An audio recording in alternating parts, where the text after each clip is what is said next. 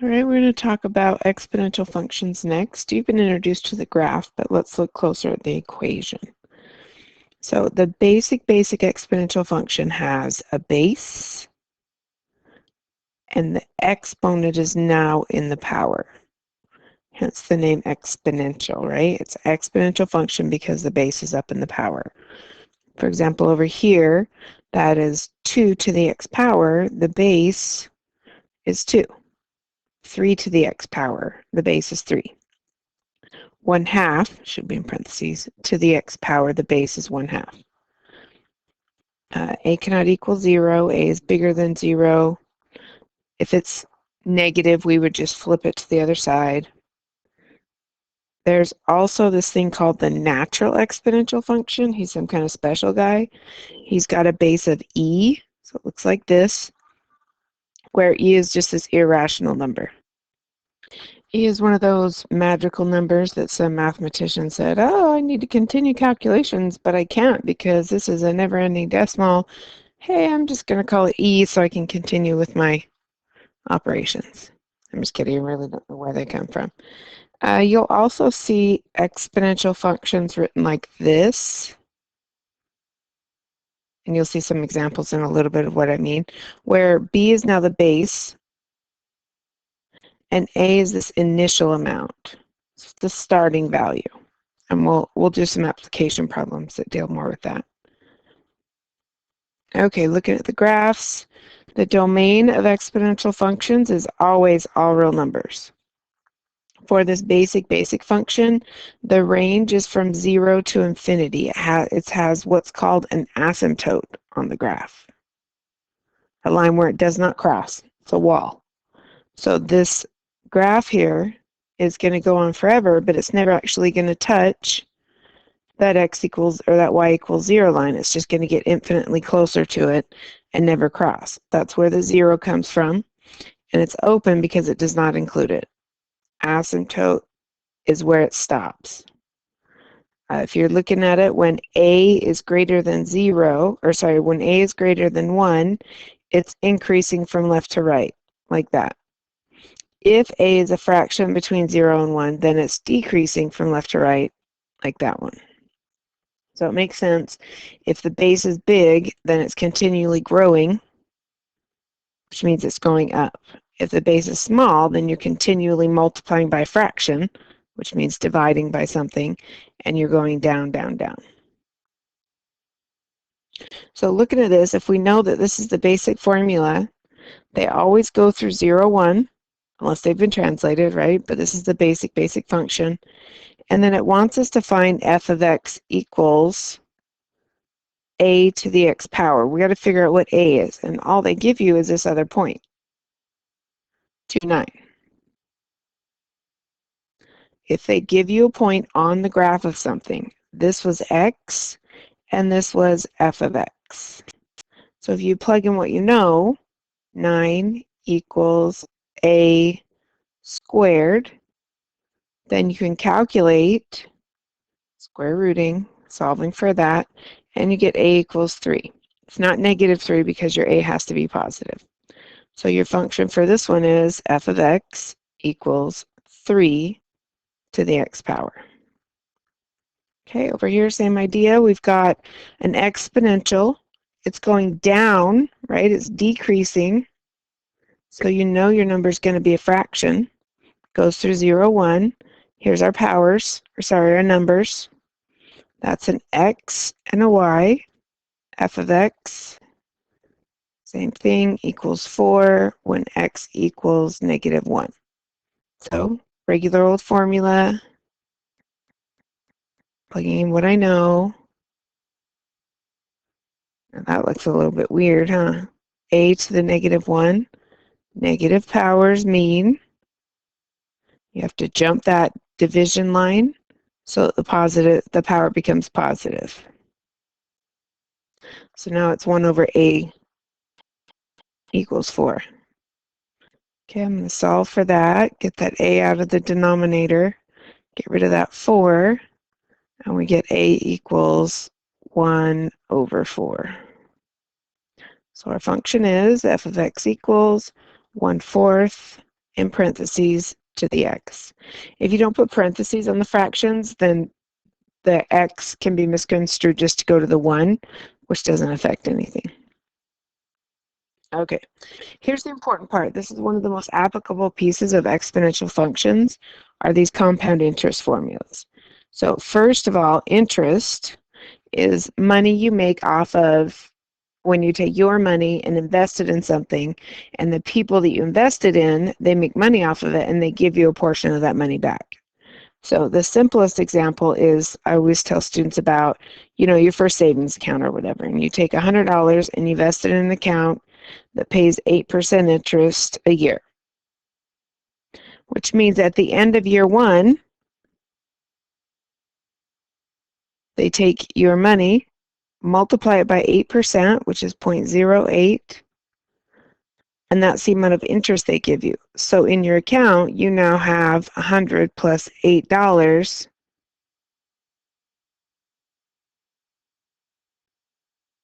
and that's the amount of interest. That's your new balance in it. So this idea of compounded interest is they give you multiple interest. They give you interest multiple times a year. This is a formula here.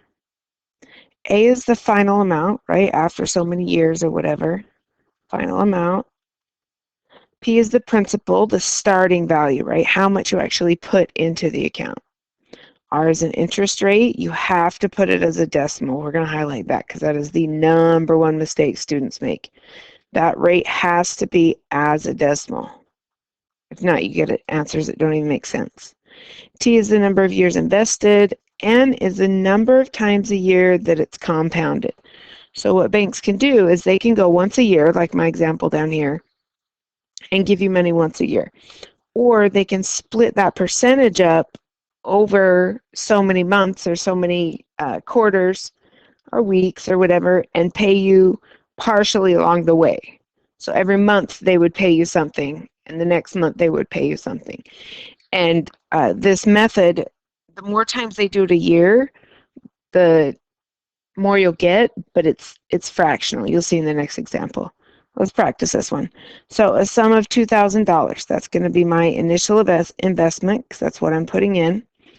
Interest rate of 10%. So R is 10%. I would automatically change that to a decimal so you don't forget. Find the amount in the account after 4 years. So that's our T. And then it says interest is compounded. That's a key word in these problems. Keyword you got to look for to let you know to use this. If it says compounded, that is when you use this formula. You can't use it unless it says compounded. And then down here, after compounded, we have the word semi-annually. And that's where this list comes in. Semi-annually is twice a year. That's what makes your N equal to 2. Quarterly, if you think about it, there's 4 quarters in a dollar, so there's 4 quarters in a year, which means quarter would be N equals 4. Monthly, easy, there's 12 months in a year. Weekly, there's 52 weeks in a year. So basically, this is how many times a year it's compounded. Okay, then it's just a matter of plugging it into your formula. Let's see, A equals 2,000, parentheses, 1 plus 0.01 divided by 2, raised to the 2 times 4 power. At this point, I would simply grab a calculator and boop, boop, boop. Calculator says it's 2,954.91. So I start out with 2,000 after 4 years at that interest rate, which is a complete dream. There's no way you'd get a 10% interest rate anyways. So that is how much money he has after that 1 year. Sorry, after that 4 years. Okay, now here's another compounded formula. And this is this case where it happens continuously. Continuously means they literally calculate some interest, give you money. Immediately after that, they calculate an amount of interest and pay it again. It's fractional pieces that they're paying you, but it's just a continual thing that it never really stops calculating. So here's the formula for that. Now, A is still the final amount. P is still the principal. R is still the interest rate as a decimal. Don't forget. And there's no N. There's a T, but this E right here, this is just a variable, right, on the calculator. Calculator button. This is just the formula that comes up when you are continually calculating. E comes in to hold a certain place. That's more based on calculus, so you don't need to worry about it. Okay. Find the total amount of money invested in an account after 2 years. Okay, that's important. If $100 is invested at an interest rate of 5.5%, compounded, oh, keyword right there, compounded, and then continuously after that. Those are the keywords to let you know that's when you're going to use this formula. So we've got P is $100. Your R is 5.5%, but you're supposed to change that directly into a decimal, which is just moving the decimal to the left 2. So R is 0.055, your T is 2, and when you plug it into the calculator, you're going to plug this in.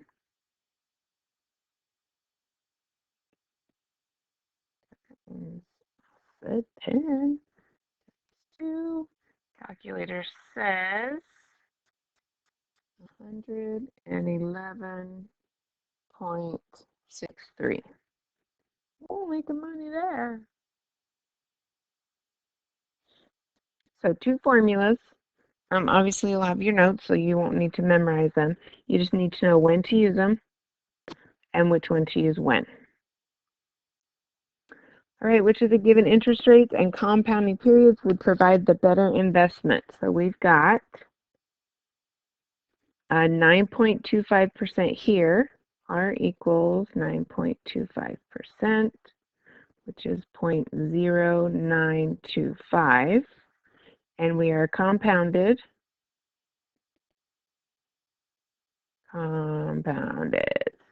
thing semi-annually. Okay, that means it's the first formula that I showed you. So we've got our R, we need our N. Semi-annually was 2. Now we're missing 2 pieces of information, a P and a T. So P, I don't know. Whoops, not a dollar sign, it's a question mark. And T, I don't know. Down here, it's 9% per year, so 9%, which is 0.09. And we're compounded continuously, so that means we're going to use this formula. But again, we're missing pieces of information, so we've got to figure out what the P is and what the T is. In this example, all we're doing is comparing them. So we can pick any P amount as long as we use the same value for each problem. So I'm going to go in and say, hey, I want P to be $100. And we're just going to calculate it for 1 year. We would just want to see which account makes more money, either compounded semi-annually or compounded continuously. So I'm going to plug my stuff in right here. Now, where did I come up with the 100? I made it up. I just picked a random number. How much money is invested doesn't really matter at this point because all we're going to do is plug it into a calculator and look at how much interest was there. Okay, sorry about that. I paused and skipped ahead a little bit so I can get this one finished. So it looks like this semi-annually one actually got more, but it's 5 cents, it's 4 cents more. So is there a big difference between these guys? That's kind of what we're going to figure out. You're going to figure out on the worksheet which variables impact the amount of money you make off of each situation. So even though it was compounded semi-annually and this one was compounded continuously, they were actually pretty close no matter who had the higher interest rate. You would think continuously would be first, but it's actually not always the highest.